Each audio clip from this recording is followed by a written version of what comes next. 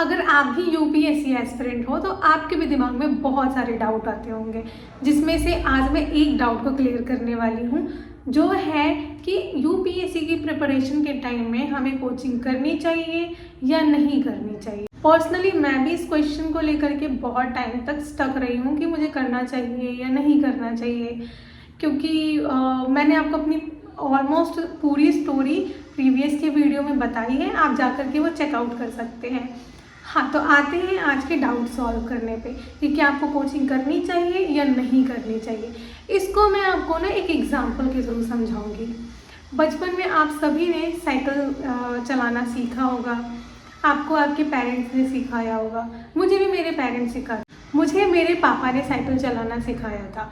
उस टाइम पे पापा क्या कर, मैं साइकिलिंग के लिए जाती थी एंड पापा पीछे से साइकिल को होल्ड करके रखते थे, ताकि अगर मुझसे बैलेंस बिगड़े, मैं कहीं गिरने पे आ जाऊं, तो पापा साइकिल को होल्ड कर लेते थे एंड मैं गिरने से बच जाती थी। एंड उसी टाइम पे मैं कुछ ऐसे बच्चों को भी देखती थी जिनके साइकिल के साइड में वो छोटे छोटे व्हील्स लगे होते थे, जो उनको बैलेंस प्रोवाइड करते थे कि वो गिरे नहीं, साइकिल सीख भी लेते थे, और जब वो सीख लेते थे तो वो पहिए निकल जाते थे, मतलब जो छोटे छोटे व्हील्स लगे होते थे वो निकल जाते थे। तो यहाँ पे ये एग्जाम्पल देने से मेरा मतलब क्या था, जो साइकिल है वो हो गया यूपीएससी की प्रिपरेशन, एंड जो दूसरे बच्चों का वो जो व्हील लगा हुआ था छोटे छोटे बैलेंस प्रोवाइड करने के लिए, वो होता है कोचिंग। तो आप समझ ही गए होंगे कि कोचिंग का क्या इम्पोर्टेंस है। लाइक आप कोचिंग के साथ भी यूपीएससी क्लियर कर सकते हो एंड आप कोचिंग के बिना भी क्लियर कर सकते हो। इस चीज़ को मैं आपको और अच्छे से क्लियर करती हूँ।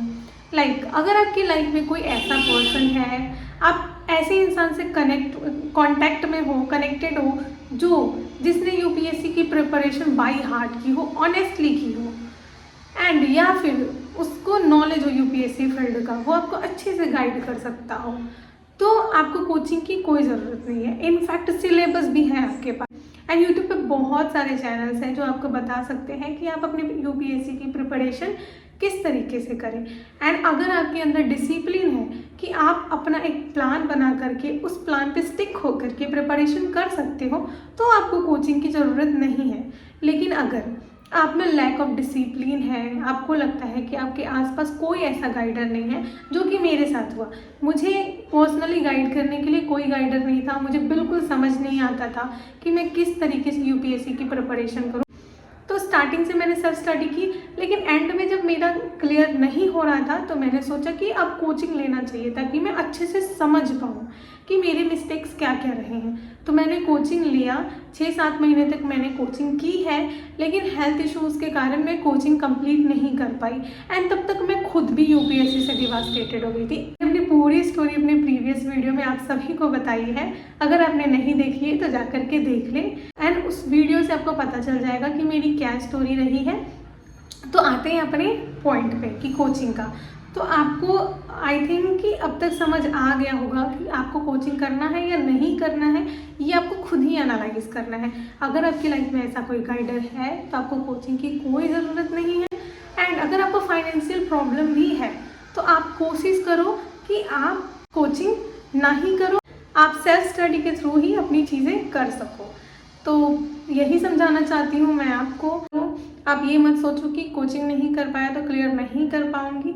आप अपने अंदर डिसिप्लिन लाओ, अच्छे से समझो इस एग्ज़ाम को, एंड एक प्लान बनाओ कि कैसे आपके प्लान्स होंगे, उस प्लान में अच्छे से वर्क करो, एंड उसके बाद से आप अपने आप को चेक करने के लिए टेस्ट लगा सकते हो, टेस्ट सीरीज़ लगा सकते हो। टेस्ट बहुत इम्पॉर्टेंट है। हाँ, इस पॉइंट पर अगर आप पूछोगे कि क्या बहुत इम्पॉर्टेंट है, तो भले आप कोचिंग मत करो, लेकिन आप टेस्ट ज़रूर लगाना, वो बिल्कुल मिस मत करना, क्योंकि वो बहुत इंपॉर्टेंट रोल प्ले करता है। आई होप कि आपके डाउट्स क्लियर हो गए होंगे। अगर कोई और क्वेरीज हो तो आप मुझसे ज़रूर पूछ सकते हैं। Bye bye, take care.